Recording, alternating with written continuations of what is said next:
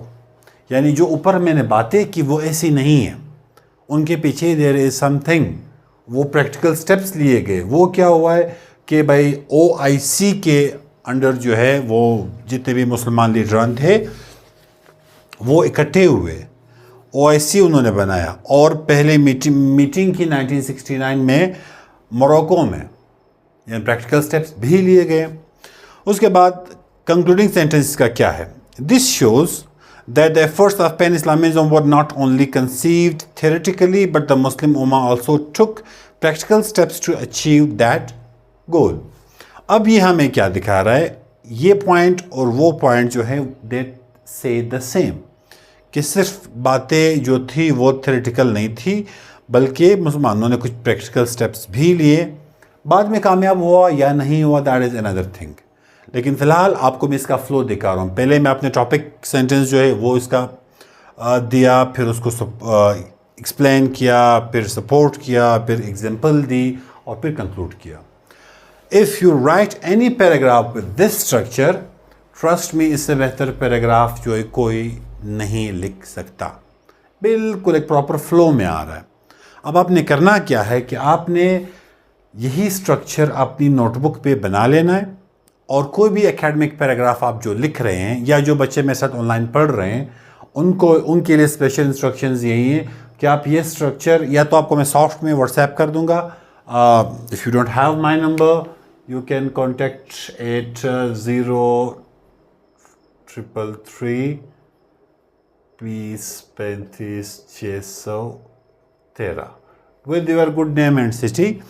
آپ مجھے کانٹیکٹ کریں گے and I will send this format اور this file in soft form. تو وہاں سے آپ اس کو پرنٹ بھی لے سکتے ہیں, اس کو ایڈٹ بھی کر سکتے ہیں وغیرہ وغیرہ. یہ تھی ایک ایگزامپل. اب آپ کو میں ایک اور ایگزامپل کراتا ہوں پیراگراف رائٹنگ کی. وہ کون سی ہے؟ That is about the Afghanistan.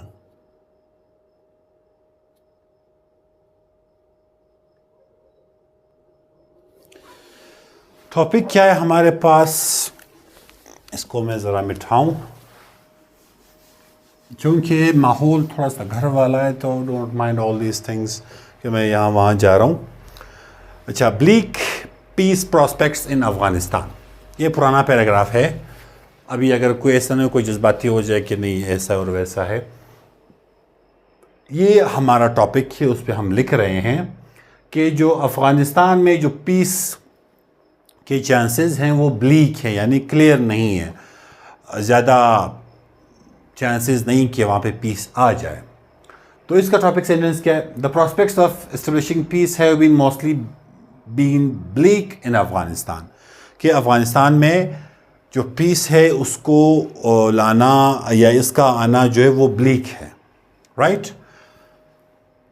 اس کو ذرا ایکسپلین کرتے ہیں اگلے سینٹینس میں. The reason is that throughout the history of this country Afghanistan has seen little peace in its totality, کہ یہ جو میں بات کر رہا ہوں کہ اس میں جو ہے کم ہو سکتی ہیں چانسز پیس آنے کی، اس کی یہ ہے ہم اس کی پاسٹ کو دیکھتے ہیں. پاسٹ میں جو ہے امن اتنا زیادہ نہیں آیا، رائٹ؟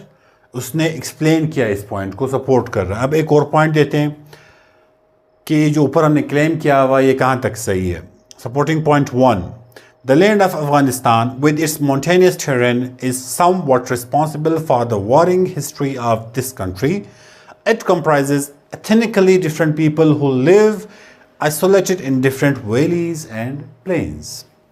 اب انہوں نے لاجک کیا دیا ہوا ہے؟ لاجک یہ دیا ہوا ہے کہ جو افغانستان کی زمین ہے وہ پہاڑی ہے، اور یہ اس کا پہاڑی ہونا is somewhat responsible for the warring history، یعنی جو لڑائیاں ہو رہی ہیں اس کی وجہ سے، یعنی پہاڑوں کی وجہ سے ہی یہ لڑائیاں بہت زیادہ ہو رہی ہیں. اگر صحرا ہوتا، صحرا میں تو نہیں ہو سکتی لڑائیاں، تو ظاہر ہے پہاڑ از این ایلیمنٹ دیئر.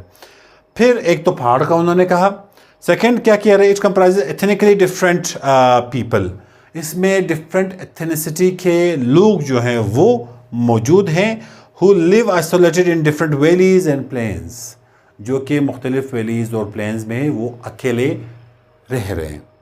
یعنی ایک اس کے پہاڑ ہے، سیکنڈلی ڈفرینٹ ایتھنیسٹی کے لوگ ہیں جو مختلف ویلیز اور پہاڑوں میں رہ رہے ہیں. سپورٹنگ پوائنٹ 1 تھا. اب اس کی ایگزامپل پہ ہم آتے ہیں کہ جو باتیں میں کر رہا ہوں اس میں کہاں تک صداقت ہے. So Afghanistan comprises 34 provinces, each one of which is ruled by one or two dominant tribes.